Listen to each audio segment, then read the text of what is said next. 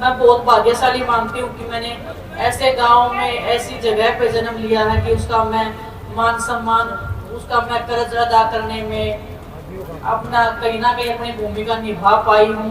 जितना भी हो सकता है मैं अपने गांव के लिए कभी भी किसी भी टाइम पे जितना मैंने कुश्ती में सीखा है, जितना मेरे पास, जितना भी भगवान ने मुझे नहीं पता टैलेंट दिया है, मेहनत है क्या है, लेकिन जितना भी मेरे पास में मैं चाहती हूँ कि मेरे गांव की हर एक मेरी बहन को मैं वो सिखाऊं और वो मेरे से भी ज्यादा ऊंचे मुकाम पे जाए।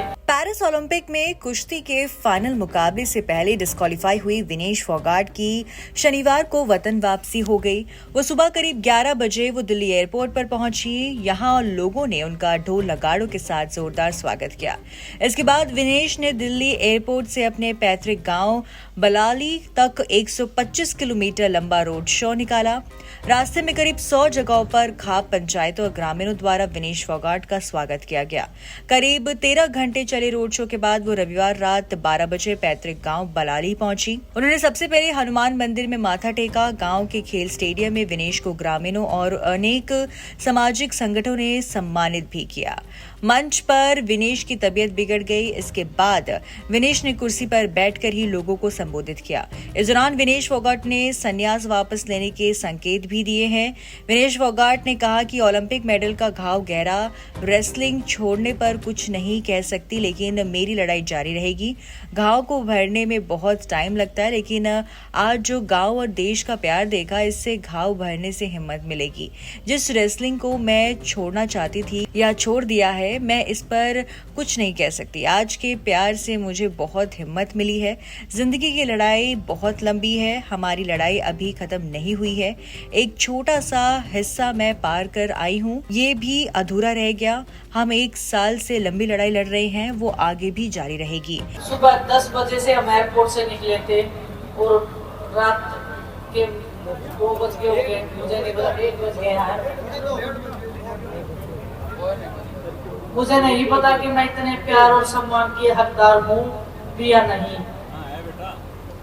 लेकिन मैं बहुत भाग्यशाली मानती हूँ कि मैंने ऐसे गांव में ऐसी जगह पे जन्म लिया है कि उसका मैं मान सम्मान, उसका मैं कर्ज अदा करने में अपना कहीं ना कहीं अपनी भूमिका निभा पाई हूँ।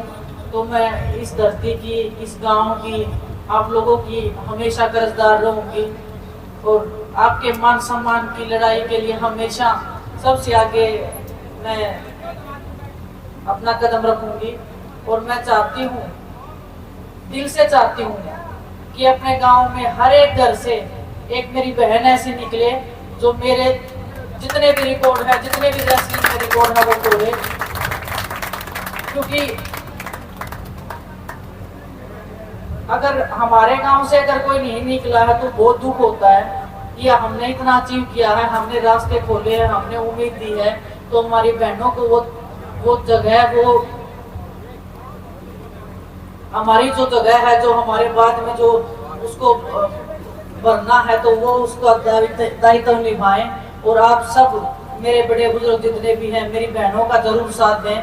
वो बहुत कुछ कर सकती हैं, बस उनको एक आपका सहारा, आपकी उम्मीद, आपका विश्वास चाहिए। जितना भी हो सकता है मैं अपने गांव के लिए कभी भी किसी भी टाइम पे जितना मैंने कुश्ती में सीखा है, जितना मेरे पास, जितना भी भगवान ने मुझे नहीं पता टैलेंट दिया है, मेहनत है क्या है, लेकिन जितना भी मेरे पास में मैं चाहती हूँ कि मेरे गांव की हर एक मेरी बहन को मैं वो सिखाऊं और वो मेरे से भी ज्यादा ऊंचे मुकाम पे जाए।